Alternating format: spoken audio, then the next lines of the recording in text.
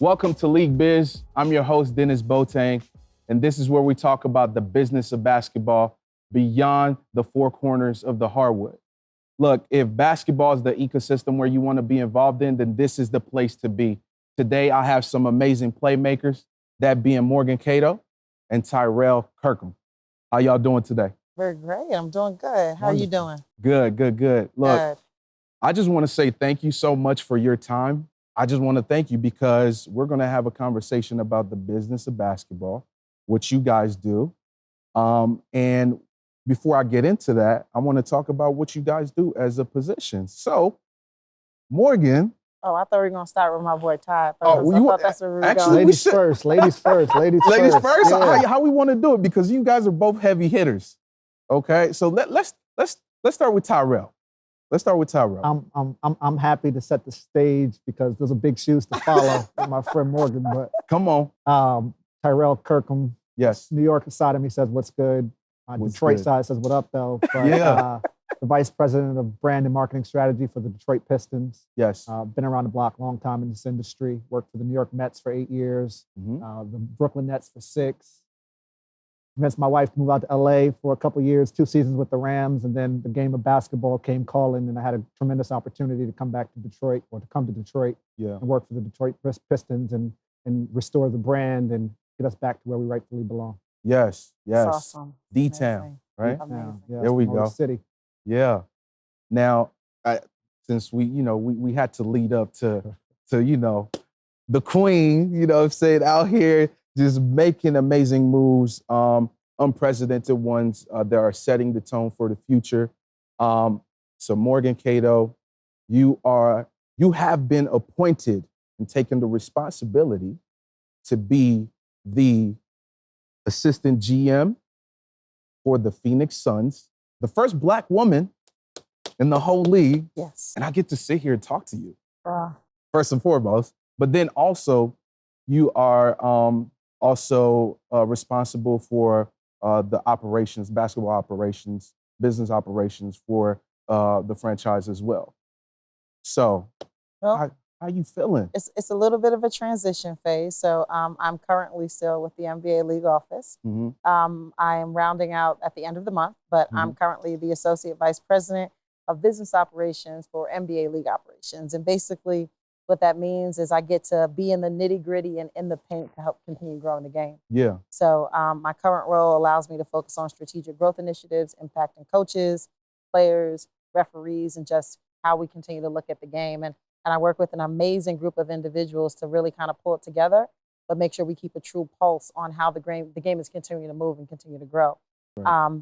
I am honored to take on this new role as Assistant General Manager and VP of Basketball Operations with James Jones and Monty Williams with the Phoenix Suns. Come on I now. got one thing to say. Mm-hmm. She said in the paint, but she goes hard in the paint. Big difference. Hard You can in be the paint. just hanging out. Yeah. When you go hard in the paint, I think I could already tell. She pulled up. I Yeah. was like, oh, she's on it. Not wasting time, getting straight to the business. I love it. Yeah. Now, I want to ask you both a question, but when did you guys fall in love with the game of basketball? Oh, this is bringing me back to what Brown Sugar. When did you fall in love with hip hop, right? Yeah. So- Classic. Actually, it's funny. I've had the pleasure of telling this story a little bit more recently, but if you go back to like the early '90s campaign with Adidas, the Basketball Jones, John Starks campaign. I'm a native New Yorker, lived in New York my entire life, but that's when I caught the bug, Yeah. And I remember watching the commercial, and it's like, Hoop Dreams, Soul in a Hole, at night hoops, and John Starks is in slow motion, and you hear the kid in the background saying, I can take over the world. I got a Basketball Jones, And that's essentially when I got the bug and just fell in love with what the game could be.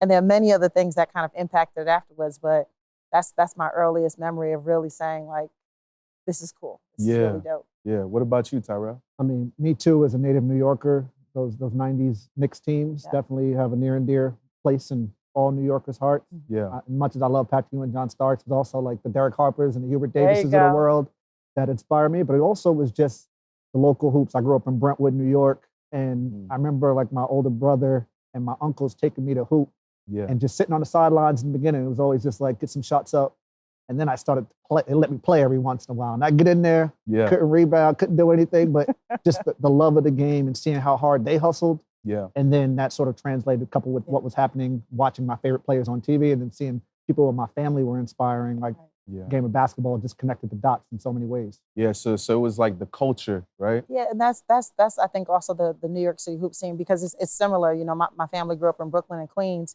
and I have family members that ran basketball tournaments. So when you have like really kind of that exposure to the game, like same thing. I love basketball and I sucked at it. Yeah. You know, absolutely, I was terrible at basketball. But that Yeah. didn't stop me from wanting to be around it, because there is something infectious just about how it brings the community together. It, you know, serves as a point, a guiding light for hopes and for dreams, and, you know, just grind and grit. And that's New York City ball. Yeah. You know? Which, by the way, I love New York. I mean, everything about New York is amazing. Even, I mean, legends come from these playgrounds and, you know, hooping outside at these parks. It's crazy. It would be hard not to be inspired by it, you know, but we are not in New York anymore. So what are you able to pull from the environments that you're in now to keep that love? Especially not necessarily, you know, going to the parks and being with your family, putting events together, or, you know, being in there with your uncles or whatever the case may be. What is that thing that keeps you going in the positions that you are to grow the game of basketball? I mean, I think there's a few ways to look at it. But I mean, even when you look at the game, I mean, you see some of the most dominant athletic prowess ever on the court. To really just watch the beauty of hoops and the talent that you see, you know, night in and night out. How could you not want to be part of that? So when we have the chance to really be part of the business that allows that ability to show up, that grind, that grit, you know, you're seeing unparalleled competition. Yeah. You know, we have the chance to really help that thrive. That's right. So when you take that childhood memory, that love that you have there, the oohs and the ahs, and why you would, you know, be on the fence watching the game, and then you transfer that to like the big screen or the courts that we spend so much time on, like that's part of it. Yeah. Because this work is not easy. You know, it's a lot of time, a lot of hours away from family. Man. But you gotta love this. Yeah. To really be part of it, you know? You gotta love it. The sacrifice that comes with the game, you know, for me, it's the same mindset from playing hooping as a kid, right? Like the competitive edge. I want to be better than the next person in my role, regardless of if I'm hooping or not.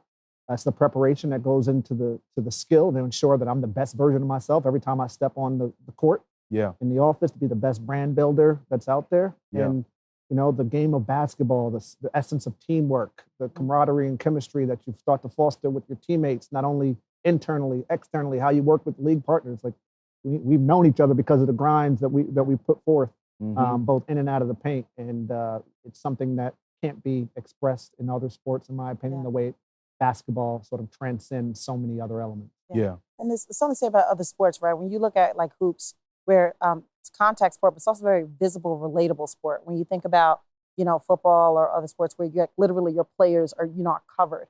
Our players are just really accessible. You know, you get to see a bit of, you know, their swag. You see their personality and how they show up. They're relatable to so many people that are coming in and out of communities. So there's something else that just really kind of allows the game to be so tangible. And what I love about the game, right? Like you gotta look at the person that's setting the screens equally as much as the person who's scoring the buckets. Can't do it alone. And that happens on the court. And I appreciate the people who put work into the things that don't necessarily show up in the box score. Yeah. It happens in the office environment on a daily basis. Yeah. Early in my career, it didn't show up in the box score always, but I knew I was putting in the work, setting the screens, diving for loose balls, and all the other comparisons you can make. Yeah. And eventually gets me to the point where maybe I started making a couple shots after a while. Yeah. And I love that analogy too, because I was going to mention, I feel like, you know, and I think I mentioned this before where, you know, growing up, of course, you pay attention to so many people that are rocking the jerseys, right? The commercials and the ads and everything. But then I think when your love for the game is even deeper, you want to know who are the people who are making these things happen, right? So who's making sure that we get this guy on this team, or who makes sure that the logo of the team or the branding or whatever that happens is like attractive to the fan base. At least for me, that's where it came to. I was like, okay, yeah, I watch these players, they're dope, but who's making them shine? Mm-hmm. You know what I mean? And it's dope that we're unraveling this, right? And my next question would be, where did you guys get your start? When and where did it make sense for you to do that? Because many people just be like, okay, well, if I can't be part of the game, if I can be in the lights, then I'm good, you know? Yeah, I mean, but even starting with that last point, kind of coming forward, I think like that's the misconception that has to be unraveled. Like if you want to be part of this, there are many ways to contribute. I think that's why Tyrell and I are sitting right there, right? So to even just think that if you're not on the court, that's it, and you don't love this game. Facts. You know what I mean? Then it's an honor for us to be associated with the three letters. Those are things that we don't take for granted. There are plenty of people who would love to be in our jobs or be next to someone who has our jobs. So if you're not willing to kind of put in the reps, create the muscle memory to learn how to do the job the right way, then this isn't for you, and that's absolutely fine. Yeah. Because there are other people that want to do it. And I think when it comes down to me wanting to be in this space, I mean, I spent the last 10 years, give or take, in sports exclusively with the NBA. But I've worked in a variety of different industries. I've worked in investment banking, consulting, nonprofit. But when I got that Jones earlier, I knew that I wanted to be in basketball. And the other part of the story is just, when you talk about how it impacts the community, that was also what made me feel that I could work in the space. So I had a cousin who played Georgetown ball. John Thompson came and recruited him, took up the entire doorway of my grandmother's house. And I remember being a young girl and looking up, and he told my grandmother, he said, "Mrs. Spellman, I'm going to take care of your grandson. I'm going to make sure he gets a world-class education and he's going to play basketball." Come on. It was in that order. And I was like, okay, there's something to this game. Yeah. So I knew I wanted to work in sports. My dad told me that you would not study sports in school. You would get a business degree. I fought, kicked, and screamed about it. I chose my universities based on Division I college programs. And at some point I was going to figure out how to make my way. He said, if you want it, then you go find it. Yeah. So what I ended up doing was just more so taking all of my intangible skills that I've transferred from one industry to the next. And that's how I got in hoops. When you live in your passion, when you preach, when you talk about the things that you want to do and speak it into existence, it's going to find its way to you. So it took me, give or take, 10 or 12 years before I actually started working in basketball, but it was a part of my DNA. And I had even, thought about turning it all in, started studying for my LSATs, was going to go back to law school midway through my career and become a sports attorney, become a lawyer. And that's when I got a knock or a text saying like, "Mo, like, hey, we have the perfect opportunity for you. Send me a resume." I didn't look for the job. The job found me. That's right. And I think people forget that when you get the first no, or when you get that first rejection, or, you didn't get that interview immediately, like if you want this, then you're going to have to figure out how to grind it.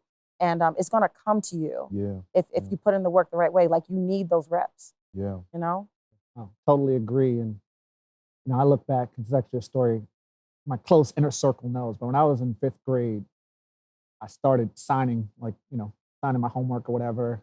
And I put Tyrel Kirkham with a star and an arrow. To this day, I still sign the same exact way. And I said, when I get to the league, they're going to know when that I get to the league, it's a superstar forever. Lines never end. And that was essentially like my calling card and my inspiration throughout. Now, obviously, that didn't manifest on the court, but my family had a business, and we actually wholesale watermelons. Kind of crazy. We go from the South and then bring them back to the Bronx, Bruckner Boulevard. So y'all the folks on there having the trucks all throughout the city? That was us. So Bruckner and listen, Boulevard.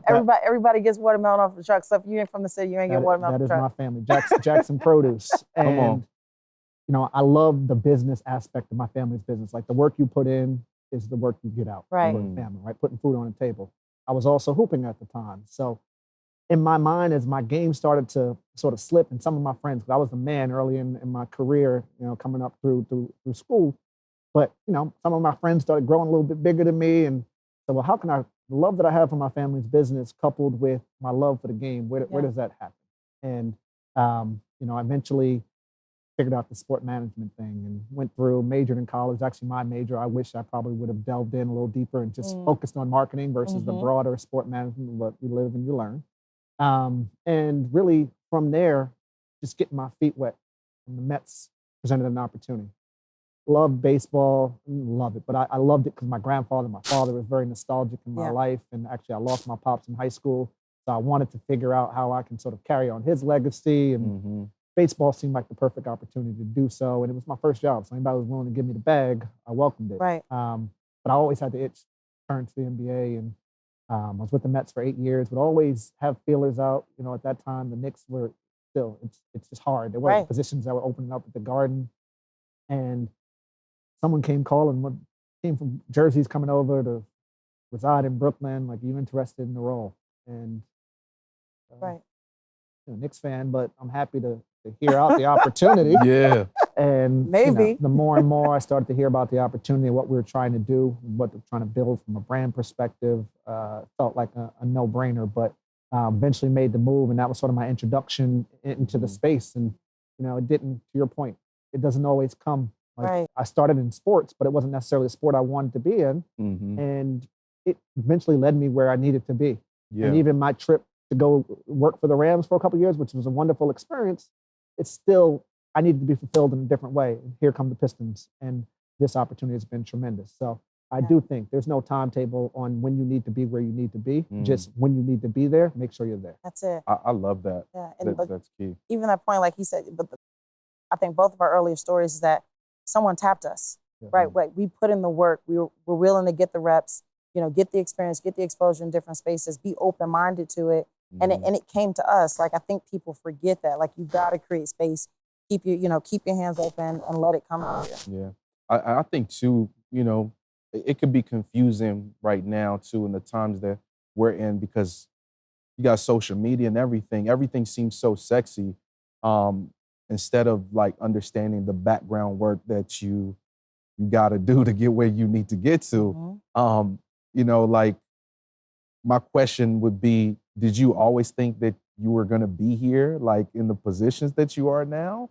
Or did you think you were going to be doing something different? You know, did you have moments where you were like, you know what, this ain't going my way, I'm going to stick to something else? I mean, I put that star and that arrow together for a reason. It may have happened on the court, off the court, but I knew I was destined for greatness. It was instilled in me, my parents, the hustle of my family's business. I wanted to, whatever I put my mind to it, I truly felt that I could accomplish. And you know, the timetable sort of set its own course. But as long as you keep your mind on that North Star, you know, you're going to get to where you need to be. And we eventually, collectively, right, my entire village, because it's not just me, it's everybody hyping you up and you putting in the work as well. And you know, we got to the ultimate destination. And I say that I've got other aspirations. I continue my 1, 3, 5, 10-year plan. Is still on track. And you got to remind yourself constantly that you know, there's bigger goals out there to be had, but you got to be mindful of them and be mindful of how you attain them over a certain period of time. Yeah. Now, I knew I was going to be in the game. Yes. I never knew what role, what the job was. I just knew that I'd be contributing to hoops. If there was any job I just thought and knew I was going to have, I might even have it at some days, I was going to be an agent. Yeah. Like that was the one definitive role that, you know, I said, how can I actually figure out how to do this? But like, you have to remember that when Ty and I, we were in school, like, we didn't have the access. Like, you couldn't just go and Google search, reach out. How you get to, you know, David Stern, Adam Silver, like those weren't tangible options for us, you know? Like, this was before you had Facebook and LinkedIn. You were really reliant on, you know, someone else to speak your name, and particularly with communities that we came from, you know, unless you went to like larger institutions, you weren't on recruiting circuits essentially for these sort of jobs. So I never exactly knew all the ins and outs of what could go into like really working and running basketball. You know, I used to go back home every summer and like help run like basketball clinics and do stats tables and things like that. Like, I had no path of how to be a GM per se. I just knew that I loved the game and wanted to do work in it. And I took the timetable off a long time ago. You know, they say, you know, you want to make God laugh, tell him your plans, you know? And there was at some point where I just knew, like, this is where I was going to be, where I was 30, this going to be married with kids, all this sort of stuff. And, you know, life throws you some lumps. And and I'll say, like, I'm a faithful woman through and through. Like, I know where my North Star is and I know where my blessings come from. So if I'm truly going to be faithful, then sometimes I got to get out of my own way. And you just got to let the work go. So put the timetable to the side, follow the work, and fast forwarding, this is how we are where we are. Even how Ty and I met, we met through, an amazing person who's around here somewhere, Les Green, who, just has an amazing village. And immediately, it's like, okay, that's my people. That's how this game continues to work. That's how we get work done on and off the court. So just, I didn't know where or what, but I knew definitely, yes, I'd be here. Those champions and allies along the way, right? We gotta build each other up, because if you weren't afforded these opportunities to be in these circles and these conversations, once you get there, precious cargo. You got to make sure every move along the way, you're taking the necessary steps and being super delicate with that process, knowing that one mistake, you could be out of the game permanently. And it's always inspiration for me. They say when you surround yourself with 8 good people, you're bound to be the 9th. Like I just try to surround myself with 8 good people at all times to ensure that I'm motivated and I'm internally motivated. But it's also wonderful and blessing to see people in the industry that I know started at the bottom and truly are here. That's right. And big shout out to Les Green too, though, for sure. Big shout out. Big shout out to Les. My next question is for you. I'm looking and I see it. I'm like, yo, this is wild. Like, this is crazy. Like, I got excited internally to see your name and to see you being like named and announced to be the, assistant GM for the Phoenix Suns, an amazing franchise. What does it feel like as far as responsibility for other, Black and brown women being involved in the game from the business side of things and leadership? What is the responsibility that you feel, if any? I mean, you've been inspired by others. How do you plan to continue to inspire, other people, even though you're already doing it in my eyes?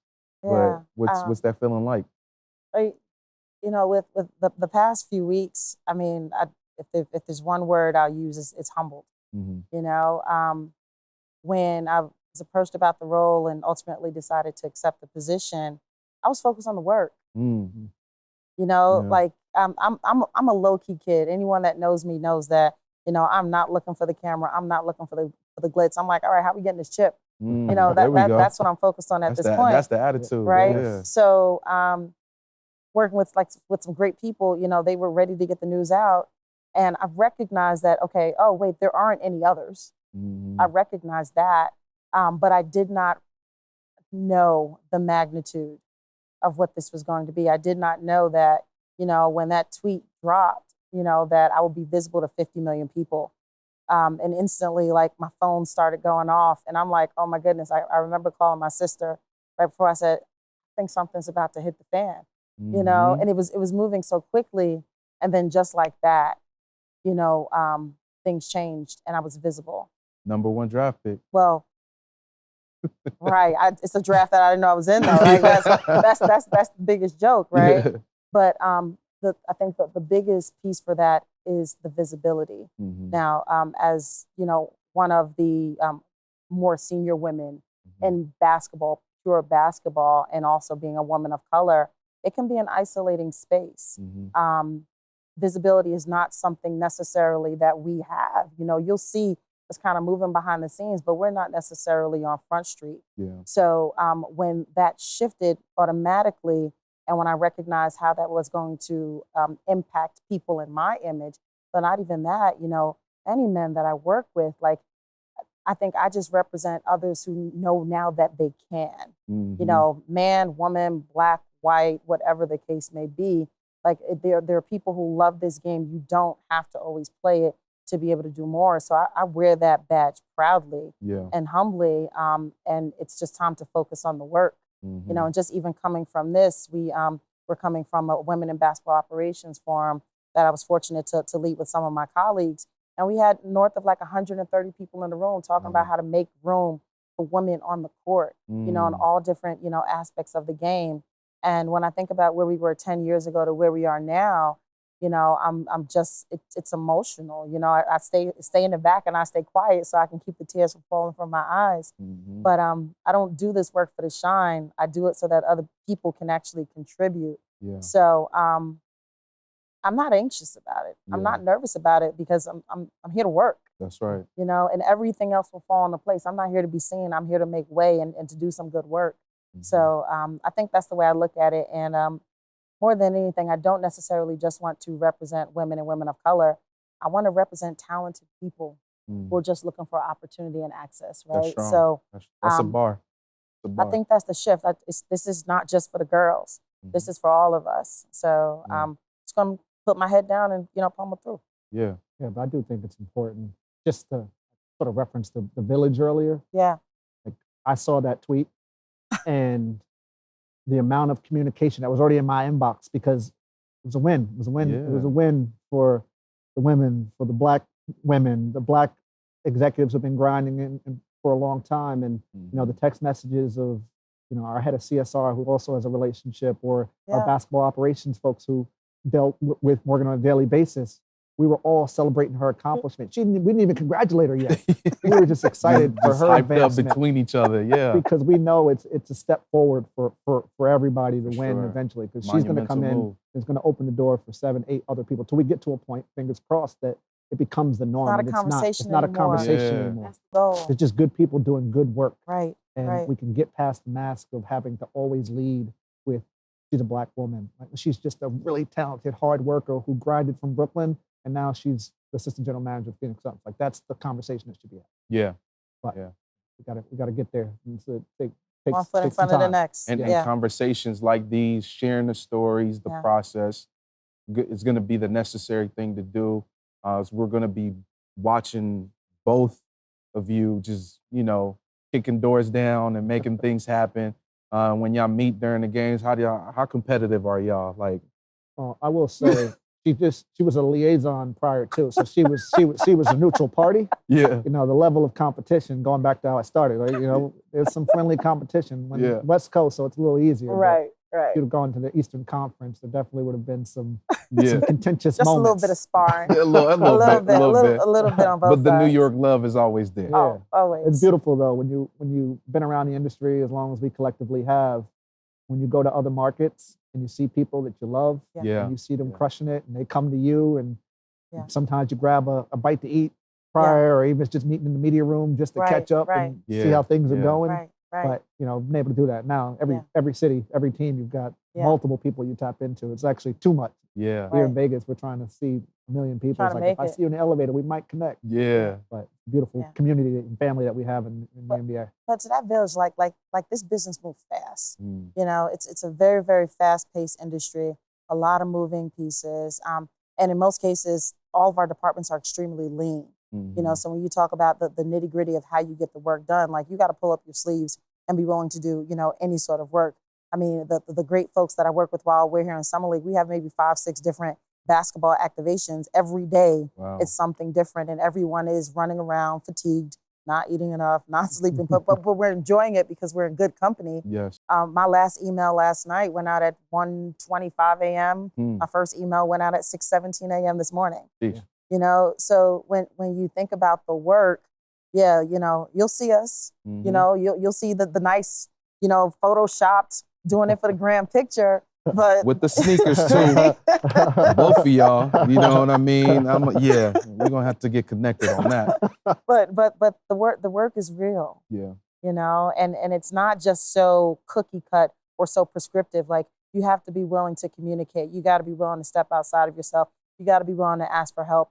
You don't know all this. This is a human, organic, live product. You're dealing with the well-being of people. You're dealing with fan impact. You're dealing with, revenue. You're dealing with pandemic impact, all these different pieces. So, like, this isn't for the faint of heart, Some ask, what is the head of brand doing out in Vegas right now? All right, we're the season's over. Like, season's over. You should be relaxing. Yeah. Like, we're talking to players, agents, understanding what are their community initiatives they want to get involved with. What type of content can we lock in? We're working on some collaboration, new uniforms that are coming. Like, what's the interest? Let's figure out what's best for Cade, what's best for Sadiq as we integrate them into our marketing strategies.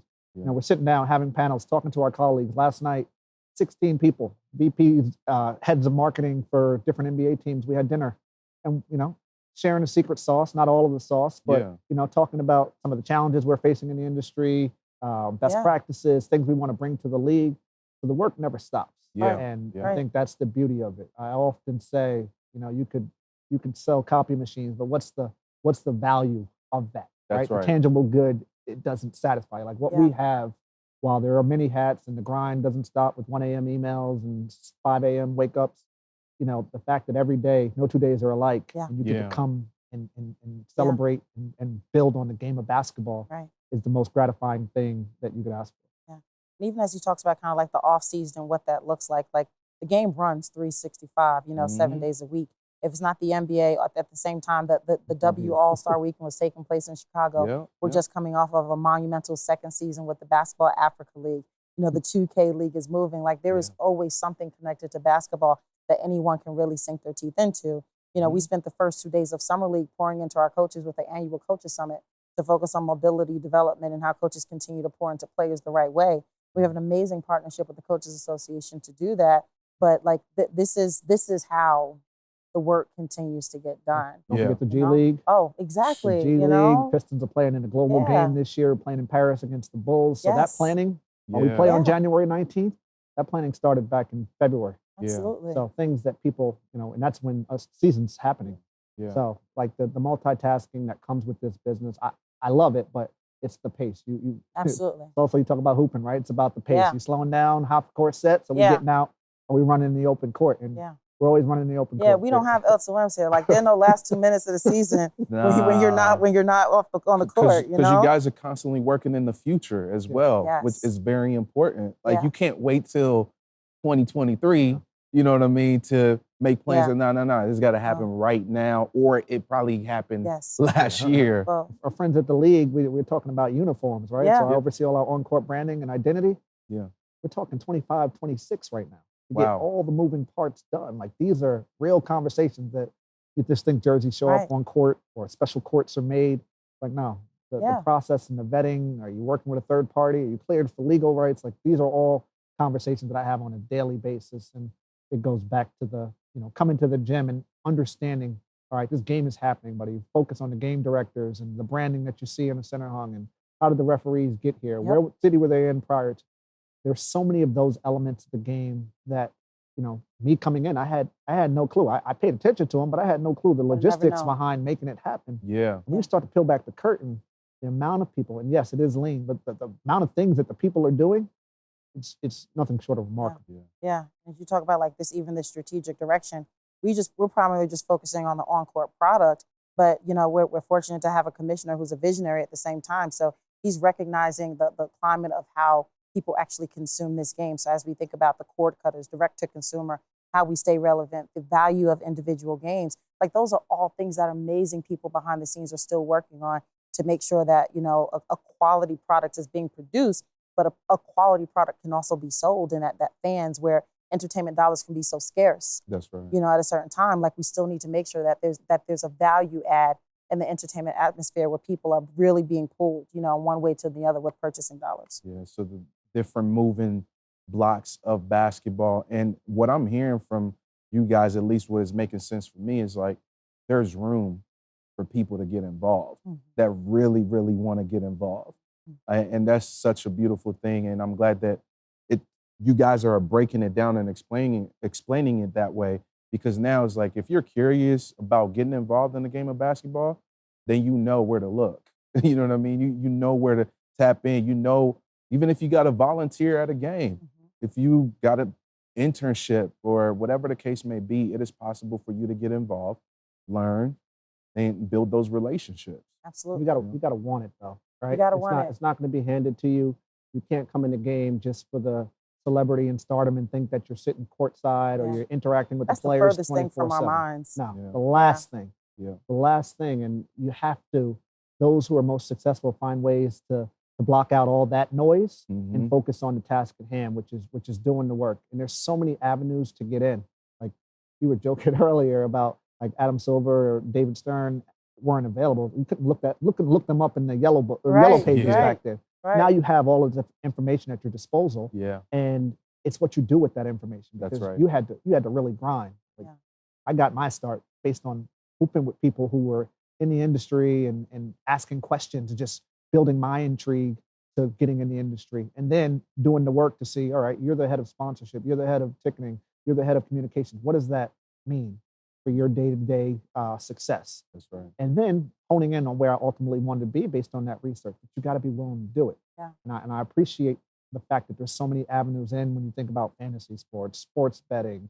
You can, if you want to be a referee, if you want to go out and sell tickets, the world is your oyster. But if you got to be willing to put in the work. Yeah, and the time. And the time. And the time to do it. I think we, and I'm probably gonna sound like an old head right now, because people want instant gratification, right? But I'll always go back to muscle memory and reps. Like the guys that you see on the court, they didn't get here overnight. You have some of these young guys, even though they're still, rather young. Like this is what they've known. In some cases, like I was the top fourth grader in the country. You know what I mean? Like you didn't even hit your growth spurt yet, but you were still thinking about hoop dreams from that time frame. Yeah. So when you turn around and then, deal with disappointment because of, a slight rejection, you need that. Yeah. Like you got to have the bumps and bruises. You got to learn to get comfortable with being uncomfortable and hearing no, Yes. in order to really value what you do have, because this isn't for the faint of heart. We're in this, like this is the path that we've chosen. That's right. Yeah, we may choose something later on, but it's not just like, okay, I'm doing this for, 2 years and I'm going to get out. There are a lot of people that choose to make this, their career life, and contribute to the game. So you got to be willing to put in the reps, and put in the time and be patient and let it come to you. And if there's anything I encourage to, a lot of young folks who are coming behind us, it's not going to happen overnight. Like you guys see us now, but think about the hours where, we were in the office till after midnight and no one else is there, or the weeks relentlessly, like when you're traveling and you're not seeing your loved ones, or you're just trying to make sure you cross that T and dotted that I, because Lord knows if you missed it, like someone was going to take your head off. You know what I mean? There are all those different things that come with it. It's not just about, the glitz and the lights and the stardom. I tell people all the time, J. Cole, the beauty in the struggle. Yeah. Right. The lessons learned from those struggles make me a better head of brand today. Yeah. And just sort of imparting that wisdom in the next generation, because a lot of times there's frustration. I went for the job, I didn't get it, I didn't even get a call back. That's okay. Yeah. Like what did you do that time that maybe we can alter for the next go round? Right. Yeah. And I try to, I have a very young staff, and I love the energy and passion that they exude in wanting to be the best version of themselves. But also we got to take our time and make sure we're going about building our craft the right way. And then you'll look back and you'll say, all those times I was complaining, sitting in the New York Mets, and I wanted to be in basketball, I wanted to have a better title. Yeah. No, that was, I needed that. Yes. Right. I needed that perspective to get to me, to make me better appreciate what I'm afforded these at the present moment. So enjoying the process. Right. Yeah, the process is critical. Yeah. They're critical. And there's another dynamic too that we haven't hit on. You might get to it as well, but Ty and I, we happen to be persons of color. And I didn't know. Let me see what we got here. just a little bit, right? Just a little bit, right? No. So even in many cases, when we're doing this work, at least earlier on, there weren't many people that looked like us, in these Man, roles. I'm starting with zero. When I came in the game, but right? Yeah. So, taking the dynamic of that, of, having to be, really, really good and at the top of your game, and then recognizing that you're an anomaly, in some of these spaces, like that's an added pressure to some degree to continue performing. You may not feel as comfortable being as relaxed, or, I'm just focused on my work. This might not be the friendship per se, because and sometimes, we carry this weight that if I'm get one slip, I'm out. Yeah. And that's the reality too, of being in the business, let alone just kind of like doing good work. But, those are some of the just inherent pieces that we deal with as, African-American folks who work in sports. Yeah, and I would say, like early in my career, as much as I look to my parents and family as inspiration, like Stuart Scott had a huge impact on me. I love the fact that I turned on Sports Center. Yeah. Here's this guy, looks like me, being his authentic self. Right. Talking about, cooler than the other side of the pillow, Pookie and Ray Ray. Yeah. But he was doing it at a high level. Yeah. I said, I can do that accepted. too. And I used him as my guiding light, because I didn't have that in the office presence that I needed. I had great allies that were there to support me in helping me navigate, but it's nothing like, having someone that looks like you to support along the way. And then as I've gotten older, one of the most intriguing things about Detroit was Troy Weaver and Coach Casey, right? Like general manager Black general manager, Black head coach in a predominantly Black city, for someone to come in and be, the head of brand and marketing strategy with coaches and general managers that could relate, and we could come to the room with diversity of thought, not being totally mindful of the rest of our ecosystem to ensure that we had the right people at the table. But that was really inspiring for me. And a lot of people question, why are you moving from Los Angeles to Detroit? I said there's something bigger and better there that I personally will be fulfilled by going to learn from these men. And they have over delivered just to see the way they lead internally and the rest of the staff. We've got Black women that lead our CSR, our head of HR, and what we've been able to do and execute as a result of having that diversity of thought and those people that are needed at the table. We've seen that in our output, and I think it's really what's separating ourselves from the rest of the pack as far as how we like to go to market. What I'm hearing is not about like the main attraction, it's about the main expansion. Yes. In a sense, I don't know if that was a bar, but had to drop it in there real quick. You can ink it. Yeah, thank you. But I love that. I want to be respectful of you guys' time too. I really appreciate you guys sitting here, sharing, dropping bars, hearing you guys' stories. Like I said, anybody who's listening to this, I advise stay tapped in the moves that you guys are making, along with others who are in the business side of things. I know for me, it's very important. It's very, very important. I love the game. I love sports. I love branding. And it's just got to happen. You know what I mean? So I'm going to stay tapped in for sure. Please. But the last thing that I would like for you guys to share with us is if you could give someone a gem that is looking for that hope, or or even if it was your 21-year-old self coming out of college, trying to look for opportunity, what would you say? I'm gonna go back to basketball. High school coach, I say this repeatedly. If you'd ask my staff, Jerry Duff, Marty Rigger, to have what you have not, you must do what you have not done. And you got to go against the grain. Don't be comfortable being comfortable. Be ambitious. Take that. She wanted to go and maybe apply, take her LSAT, but there was another calling for her that made more sense, and she did what she had not done.